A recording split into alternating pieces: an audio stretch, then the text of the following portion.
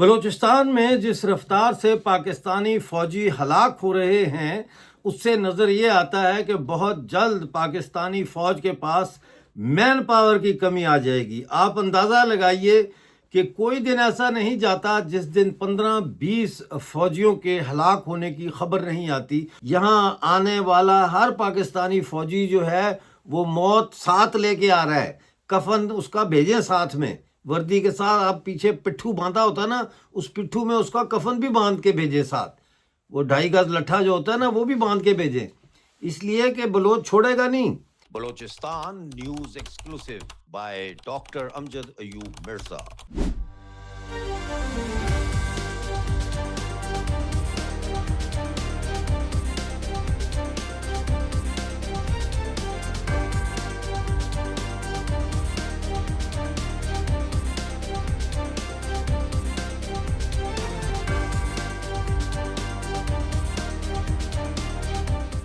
بلوچستان سے متعلق خبریں جاننے کے لیے چینل کو جوائن کیجئے، سبسکرائب کیجئے، ویڈیو کو لائک اور شیئر ضرور کیجئے۔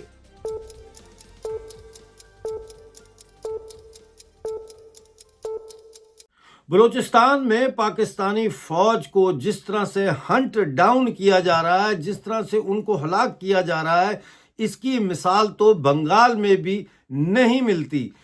دوستو، اس وقت پاکستانی فوج بلوچستان میں بہت بری طرح پسپائی کا شکار ہے اور اتنی زیادہ شدید طریقے سے حملوں کی زد میں ہے کہ سینکڑوں نہیں بلکہ ہزاروں کی تعداد میں پاکستانی فوجیوں کے استعفے دینے کی بازگشت سنی جا رہی ہے۔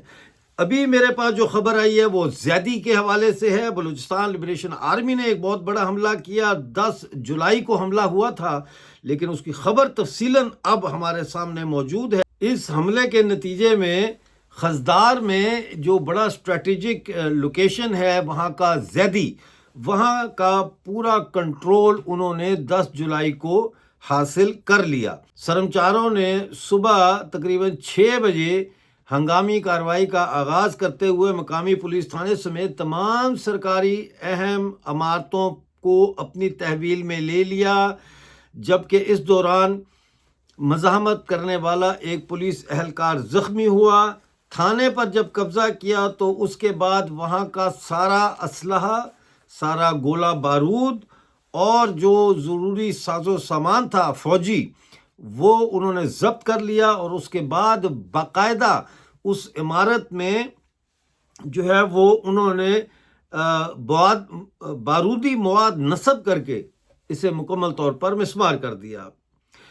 اس علاقے کا کنٹرول سنبھالنے کے بعد بی ایل اے کے سرمچاروں کے بارے میں بتایا جاتا ہے کہ ان کے مختلف دستوں نے مرکزی شاہراہوں پر پوزیشنیں سنبھال کر راستوں کی سخت ناکہ بندی کر دی۔ سورگز کے مقام پر جب پولیس ڈی ایس پی قافلے کے آگے بڑھنے کی کوشش کی، یعنی ڈی ایس پی کی قیادت میں جب پولیس کے قافلے نے آگے بڑھنے کی کوشش کی تو سرمچاروں نے گھات لگا کر اس پر حملہ کیا اور اس کو پسپا ہونے پر مجبور کیا۔ اس کے بعد پاکستانی فوج نے گن شپ ہیلی کاپٹروں کی فضائی ہیلپ کے ساتھ، فضائی کمک کے ساتھ بختر بند گاڑیوں پر مشتمل ایک بڑا لشکر علاقے میں بھیجا، جہاں سرمچاروں نے مختلف اطراف سے حملہ کر کے شدید جنگ کا آغاز کر دیا۔ یہ جھڑپ نہیں تھی، یہ جنگ تھی۔ اس خون ریز جھڑپ میں جو 3 گھنٹے تک بتایا جاتا ہے کہ جاری رہی، اس میں پاکستانی فوج کے 15 سے زیادہ اہلکار ہلاک اور درجنوں زخمی ہوئے، جبکہ پاکستانی فوج کی ایک بختر بند گاڑی مکمل طور پر تباہ ہو گئی۔ اور اس جنگ میں جو سرمچاروں نے جو فضائی کمک کے لیے جو ہیلی کاپٹر تھے ان پر انہوں نے شدید فائرنگ کی، جس سے ایک ہیلی کاپٹر کو شدید نقصان پہنچا۔ اسی روز شام کے وقت، یعنی 10 جولائی کی شام کو، سرمچاروں کے ایک اور دستے نے اسی شاہراہ پر پیش قدمی کرنے والے ایک اور پاکستانی فوج کے قافلے کو نشانہ بنایا، جس میں پاکستانی فوج کی ایک گاڑی براہ راست زد میں آئی، اور مزید جو ہے اس میں 4 اہلکار جو ہے وہ موقع پر ہلاک ہو گئے۔ یعنی کہ جو یہ اسی شام کو جب دوبارہ سے پیش قدمی کرنے کی کوشش کی پاکستانی فوج کے ایک قافلے نے، تو اس کو نشانہ بنایا گیا۔ اس میں ایک گاڑی جو ہے وہ براہ راست زد میں آ گئی اور اس میں مزید 4 اہلکار موقع پر ہلاک جبکہ کئی زخمی بھی ہوئے۔ بلوچستان کے اس جنگ کے واقعے میں BLA کے 6 سرمچاروں کی شہادت کا بھی بتایا گیا ہے۔ اس کے علاوہ جو ابھی ایک اور آپ کو خبر دوں کہ آپ کو یاد ہوگا گزشتہ دنوں سوراب میں پاکستانی فوج کے ایک کیمپ کے قریب فوجی اہلکاروں کو اس وقت نشانہ بنایا گیا تھا جب وہ اپنے کیپٹن کے ساتھ موجود تھے۔ اب یہ بتایا جا رہا ہے کہ اس حملے میں ایک پاکستانی فوجی کیپٹن سمیت SSG کے 6 کمانڈوز ہلاک ہوئے تھے، اور اب جو ہے وہ یہ کنفرم ہو گیا ہے۔ تو اگر آپ یہ ملا لیں، 6 یہ ملا لیں، 19 یہ ملا لیں، 106 جو اس دن 250 کا قافلہ نکلا تھا اس کے ملا لیں، تو یہ تو 1000 سے اوپر چلی جاتی ہے نا۔ اس کی تو بہت تباہی مچ رہی ہے وہاں پہ اس وقت بلوچستان میں پاکستانی فوج کی۔